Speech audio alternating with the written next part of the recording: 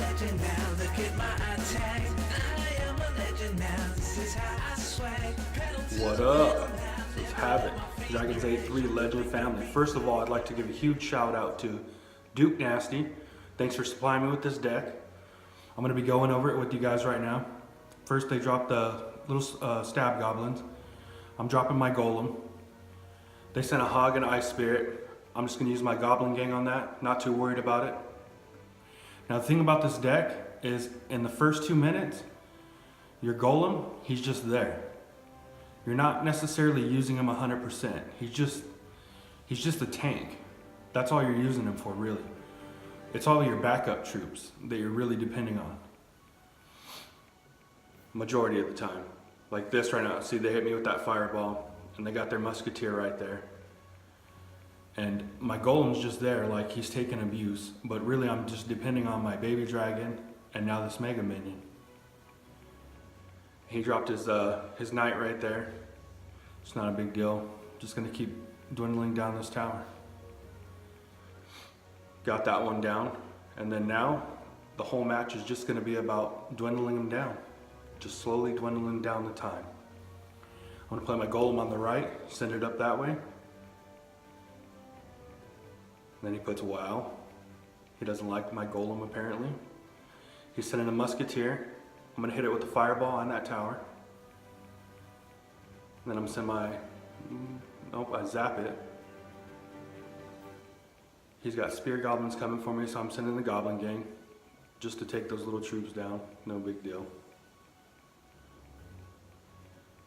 Hits me with the tornado, which to me was kind of pointless.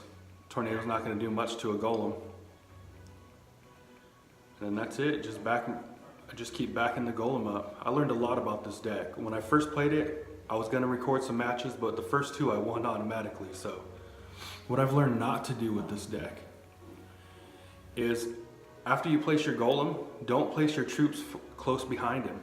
Like you can with your Night Witch, but your other troops, you don't wanna drop him in front of the golem. You want him to be your tank, you want him to take all the heat. And then if you do start off with your hand and you got the elixir pump in it, then you're gonna wanna set your elixir pump right to begin with. You wanna test the water, see what they got. If they got a poison, if they got a fireball, if they got a rocket. But basically this deck's a bully deck, I think. I mean, I know it's a beatdown deck, but to me it's more of a bully deck because you got your golem and then you're backing him up with all these troops. You're basically bullying the other player. Like you're forcing them to play on the same lane you are. Now this guy, he kept trying, but that push, man, there was nothing he could have done to stop that first push. So that was basically it. I won. After I got the first tower, I had it. This next match, I'm not in Challenger yet. I'm trying to get in Challenger. But I'm on my way, and after this match, I'll be in Challenger again. So this deck did actually keep me in Challenger. So as you can see, I dropped my pump right to begin with.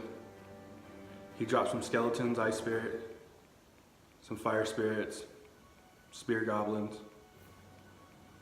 I zapped on the right side. Just building up some elixir to get that golem down now. I'm gonna send him right now, as soon as it's built up, send him to the right lane. I'm gonna fireball these little troops. Then I'm gonna wait for the elixir to build up, and I'm gonna send my Night Witch down the right. I believe. Nope, baby dragon. And I zapped all the little troops. Should have waited on that zap for the bats though. But I got the baby dragon too, so the bats aren't, I mean, they affected my golem a little bit, but not super. And right here, I'm gonna take down this tower. I'm gonna keep going for the, I'm gonna keep going for the king tower. Send another golem.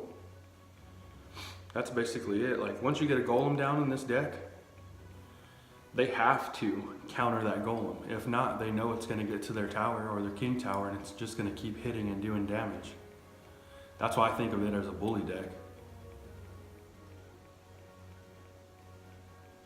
And yeah, the things I learned not to do with this deck is basically don't send your troops before your golem. Always make sure your golem's first.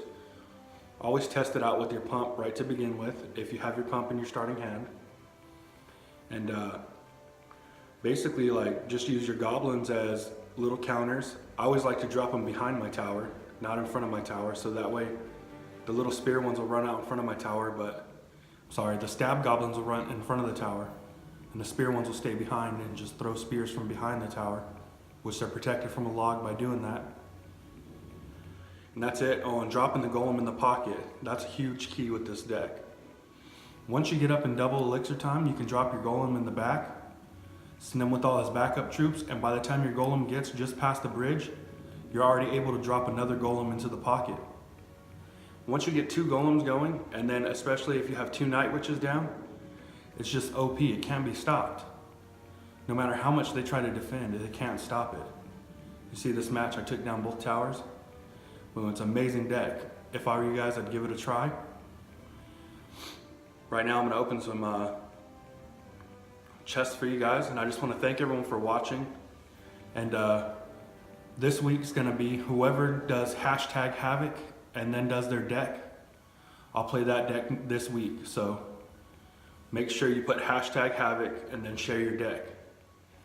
This is just a super magical chest. It's got an Inferno tower, got a Tornado, a Mega Minion, some Goblins, a Bowler, and then I'm gonna open my clan chest next. Got 1620 gold, some furnaces, some flying machines, 5 of them, some bats. I need to upgrade those actually. Got some minions, minion horde, which I really want to upgrade next, and fireball, and a bowler. That's it. Whoever does a #Havoc and shows me their deck, you'll be on. Thanks for watching.